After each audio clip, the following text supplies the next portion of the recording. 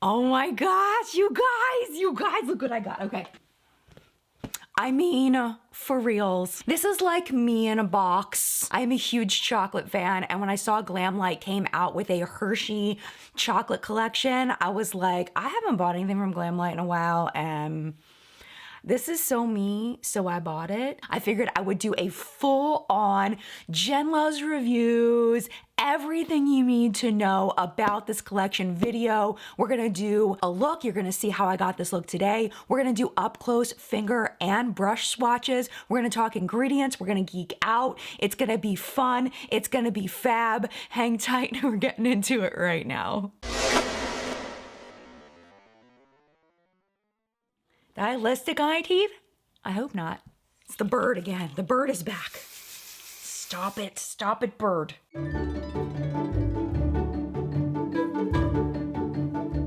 Okay, let's talk nitty-gritty details about the Glamlite collection. If you're not familiar with the brand, they are an indie brand out of California, and they've been around for quite a while. I have a lot of Glamlite palettes. Glamlite is known for their cute packaging. So this is the first palette that I got from them, the burger palette. I also have the pink palette. This is the only one that was sent to me in PR. I purchased everything else. And then this is the cake palette. It came in a little cake box, and it's so freaking cute. I also have the pie palette and the ice cream palette, and they're just adorable, but I haven't gotten anything in a long time, so I thought Hershey Kisses would be freaking perfect. The only place you can get these, to my knowledge, is glamlite.com, but there is a disclaimer about this collection specifically on their website. They say all Hershey Kisses and Glamlite collection orders have a 4 to 6 week processing time from the time the order is placed, no exceptions. Any orders containing products from our Hershey's Kisses collection will be shipped out together as one package. So just as, you know, for your information on that. Glamlite products are cruelty-free, and all of these products are also listed as vegan. It's important to note that these products are made in China, and there's a lot of confusion because laws keep getting updated and a lot of misinformation out there about products being manufactured in China and whether or not they can be cruelty-free. So just a quick rundown, yes, they can be cruelty-free. Laws changed in 2021, so even more companies can be sold or manufactured in China and still be cruelty-free. Glamlite just produces their products in China, and then they export them directly to the US to be sold. So since the beginning of Glamlite, they did not need to be tested on animals, and they are Leaping Bunny certified cruelty-free since 2021, and that is the gold standard of cruelty-free. It's difficult to get. You have to pay a fee. That's the one you want to look for if you're a cruelty-free consumer. Leaping Bunny is awesome. Of course, there are people that try to avoid buying things in China because of human rights violations in the country and different factors there. So I totally get it if these aren't for you because they are manufactured in China. As far as shelf life goes, everything in this collection, the palettes and the glosses, are all an 18-month shelf life. Very quickly, just so you know, their return policy, they do accept returns for a full refund. Hello, editing Jen here. I don't know how I missed this when I was on their website. I went to go screenshot to show you the return page, and there's a big red note that says, due to the current worldwide situation, we cannot accept any returns or exchanges at this time. All purchases made on or after March 1st, 2020 are final sale to protect our staff and customers. We appreciate you understanding. So that's the deal with the return policy. Back to the video. And if your item is damaged, lost, or stolen, Glamlite will not give you a refund. This is pretty typical of indie brands.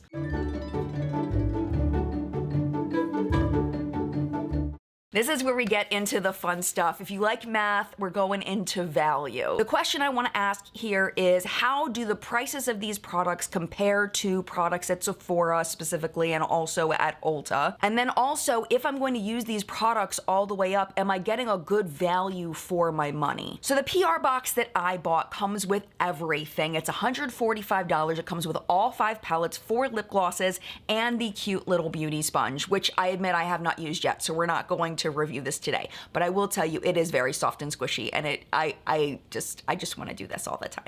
The palettes retail for $18 each. There are 6 shadows inside. The lip glosses are not sold individually. They are sold in a 4 gloss set for $28. This is sold out individually, so if you do want the Hershey Kiss sponge, you have to either get the full PR kit or you have to get without the box all of the whole collection. This is what I did not realize because I did not do the math.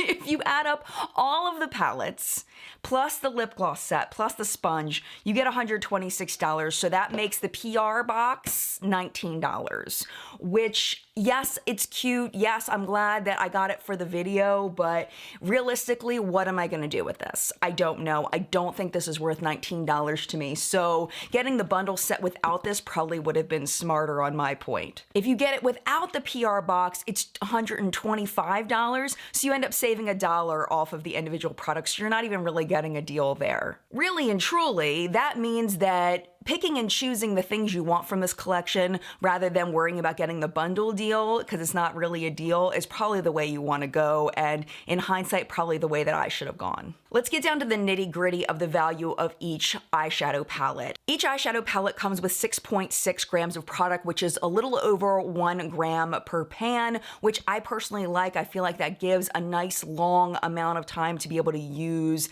an eyeshadow pan before it runs out.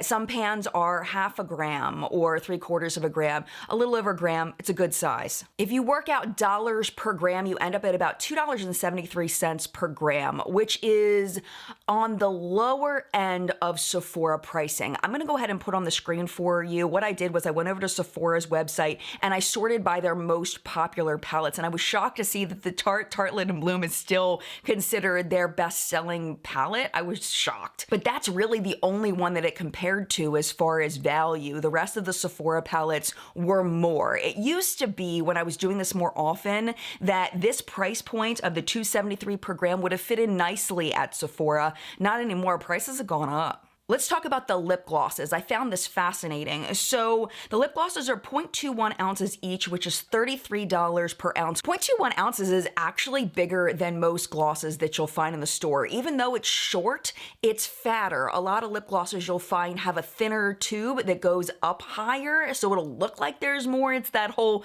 visual trick that brands play to make it look like there's more product. So because it's squat, that doesn't mean that there's less product. So we've got 0.21 here, but most glosses that you'll find in the store are 0.15, 0.16 ounces. Just like with the eyeshadow palettes, I'm gonna go ahead and put on the screen for you the most popular lip glosses over at Sephora, the most popular lip glosses over at Ulta, so you can see the value comparison. And what you'll notice is that the Glamlite ones fall pretty much in the middle between drugstore Ulta pricing and Sephora's high-end pricing. I didn't put any luxury glosses in there. They're actually the exact same value as the Morphe glosses, which I don't know. I've never tried the Morphe glosses. I don't know if they're good or not.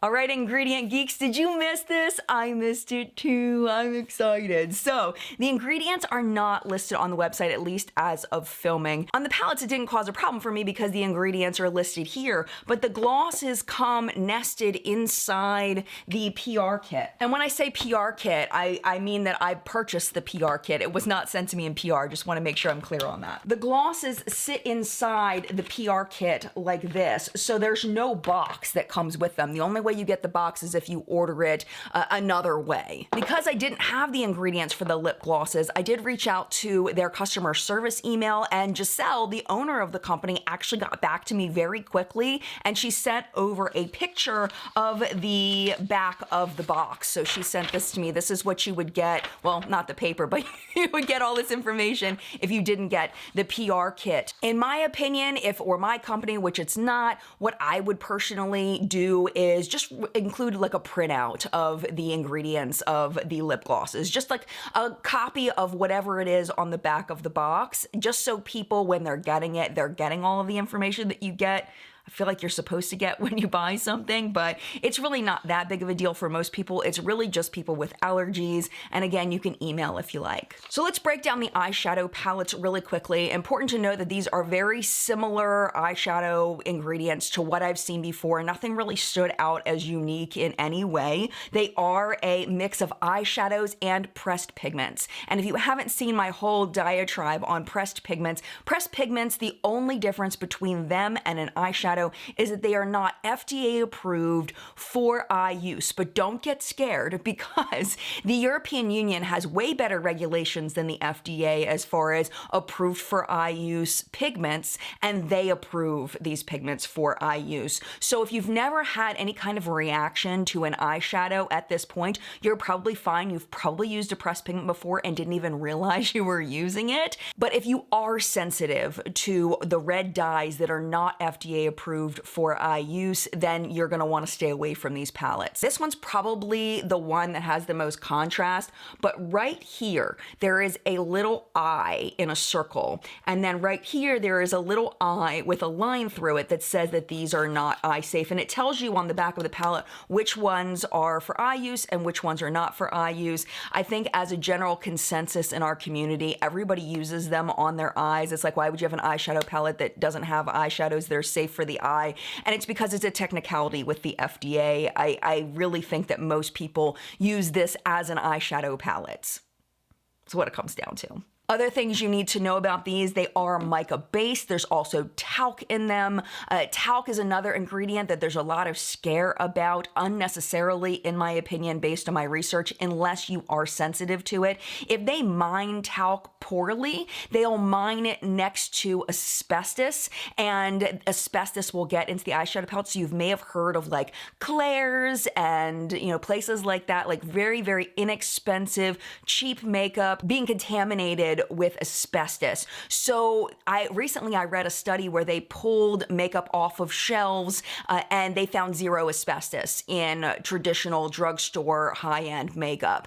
So really and truly, I don't worry about talc in my eyeshadow palettes at all. I just don't purchase very, very inexpensive dollar store, Claire's, any makeup marketed for kids, which is terrifying. That's where I feel like the talc/asbestos risk most likely is. The other thing is mineral oil. I know some people are sensitive to mineral oil, so that's a thing. There's also silica in here. Silica can be oil absorbing, so that's kind of nice if you have oily lids to have an eyeshadow formula with silica in it. Ethylhexyl palmitate, some people do not buy palm oil derivatives for environmental reasons, so you're actually going to want to stay away from the lip glosses as well, because these are ethylhexyl palmitate based. There's also parfum in here, so if you're sensitive to fragrance, unfortunately these are going to be out, even though they don't smell like anything, in my opinion. It just smells like makeup. It doesn't really smell at all. And then there's propylparaben in here, which is a paraben, and I know some people are sensitive to parabens. Paraben is another big greenwashing, scary, you know, unnecessarily thing. Even the people that did the original studies on parabens being dangerous have now reneged their studies and said that they were used incorrectly to create a paraben scare. And it's just a marketing thing when it comes down to it, unless you are specifically sensitive to it, which I know there are people that are. With the lip glosses, like I mentioned, they're ethylhexyl palmitate based. It's just an emollient. It's just to make them feel good. There's also mineral oil as well. There's parfum, and then the propylparaben.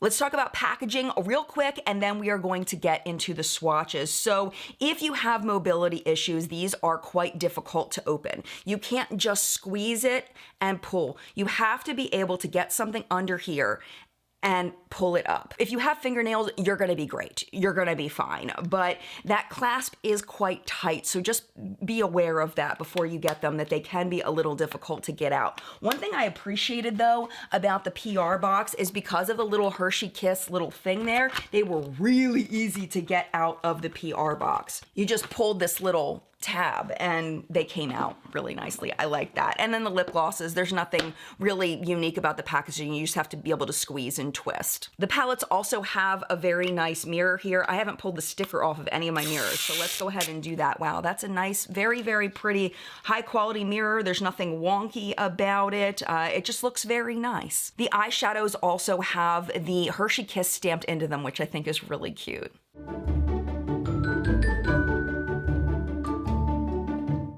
All right, my friend, it is time for the swatch party. I haven't done one of these in a while, so I want to give you a little bit of a heads up before we start so you know what you're looking for, so you know why we're doing this. There was a big thing about swatches don't matter and blah, blah, blah. But what we've learned as a community is that swatches do matter, and they can give you information if you know what to look for. So for example, when I'm swatching with my finger, that's gonna be for a finger application. And what you're really gonna be paying attention to is if it needs to be built up. How does it look on the first swipe? Some eyeshadows go on opaque like that. Some of them need a little bit of work to build up, which isn't necessarily a bad thing, because then that way, a lot of times it'll make them easier to move around your eyes and easier to get a pretty look. You're also going to see brush swatches. I used my Sigma E55 brush. This is one of my favorite swatch brushes because I feel like everybody, not everybody, but a lot of people have a brush similar to this and use it to apply eyeshadows.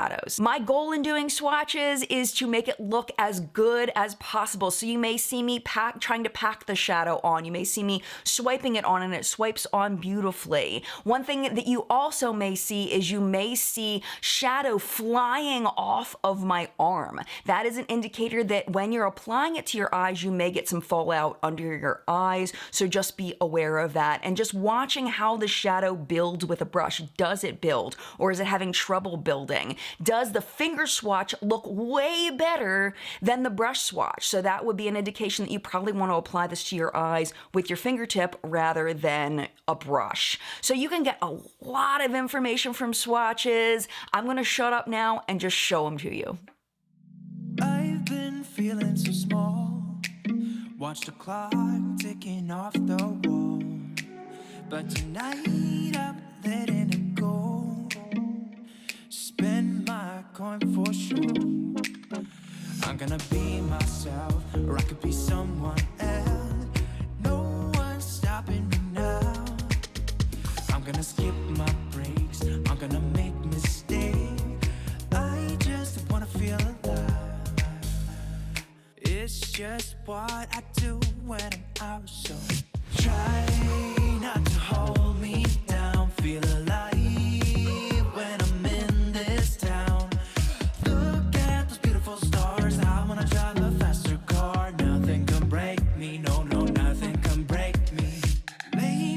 Troubles to rest. Blow the smoke through my cigarette.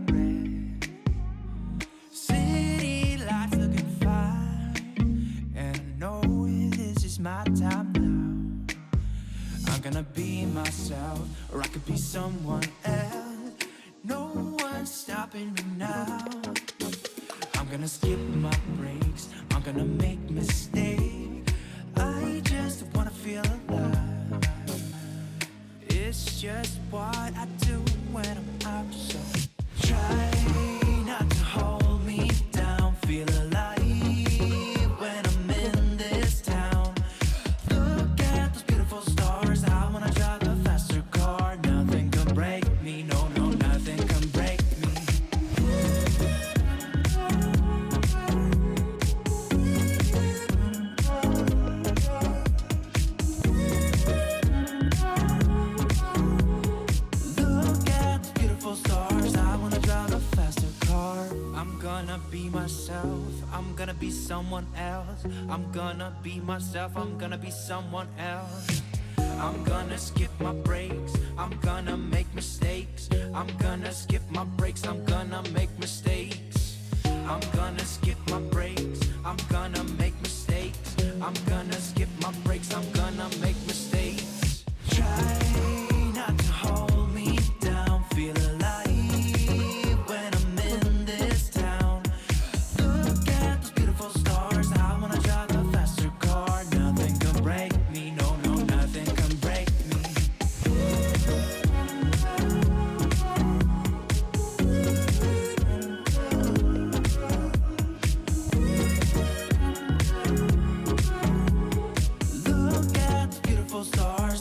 drive a faster car.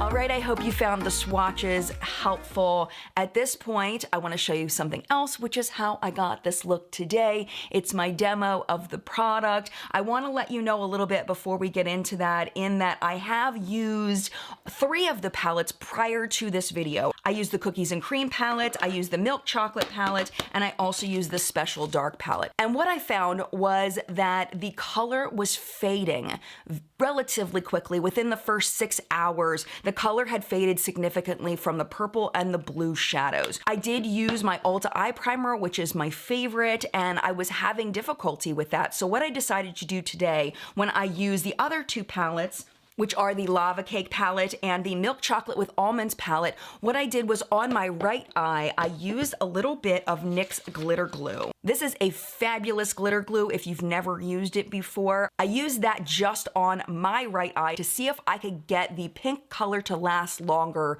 throughout the day. Now, of course, because they are all different shadows, just because maybe the pink lasts all day doesn't mean that the blue will last all day. We just can't test everything all in one video. But if this pink holds on to my eye all day, we are on to something, and maybe the glitter glue is necessary for the colors to really stay on the eye. So without further ado, let's get into the demo of how I got this look today.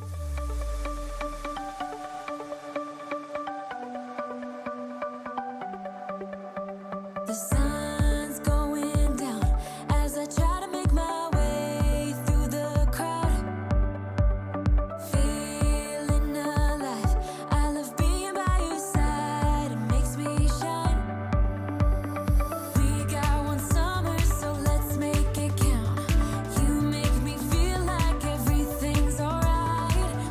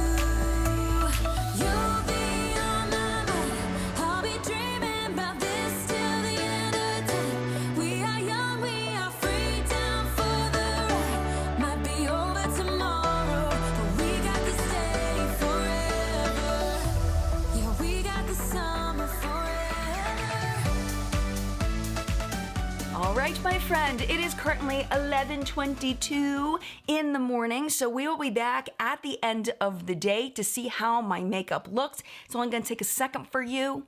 It's gonna be many, many hours for me, but I will be right back. 1, 2, 3, go.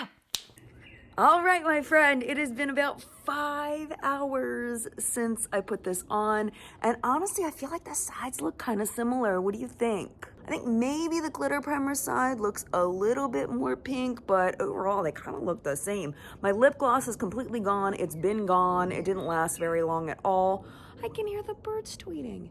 That means spring is coming. That's cool. I'm so distracted, oh my gosh. But anyway, I just wanted to show you kind of how things are going, but I will be back again in probably another 3 or 4 hours or so. All right, ready? 1, 2, 3.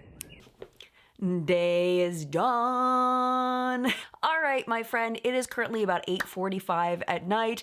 Thankfully, I got started a little earlier so I can finish up a little earlier. So let's go ahead and take a quick look and see how the look looks after about 9 hours. I haven't looked up close yet, so you get to look first.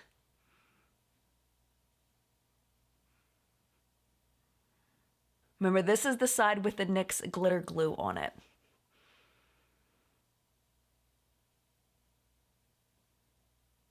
All right, so let me see. You know what? Honestly, my eyeliner's a little smudged right there. But to be honest, there really isn't that big of a difference between the two eyes. Now I'm really curious if the days where I had trouble with the color lasting a long time, if the glitter glue would have helped with those, and that maybe it's just not, I don't know, maybe I can see a little more pink on this. What I could tell though was earlier when I was editing the footage, I did notice that the glitter glue did make the metallic look of that pink eyeshadow look more bold, more metallic. So it definitely did something, but as far as helping the color to stay, I feel like they pretty much look the same. I do have some glitter transfer up onto my brow bone, which is typical for me and my eye shape. I definitely see some glitter fallout under my eyes. It's worse on the eye with no glitter glue, but not significantly, not a ton of difference there. But it's also not really, really bad either. The matte shades still look really good on both eyes, in my opinion. As far as the lip gloss, like I was saying earlier, it wore off pretty quickly. Within the first hour, it was gone. No staining, no color. So, you know, eh.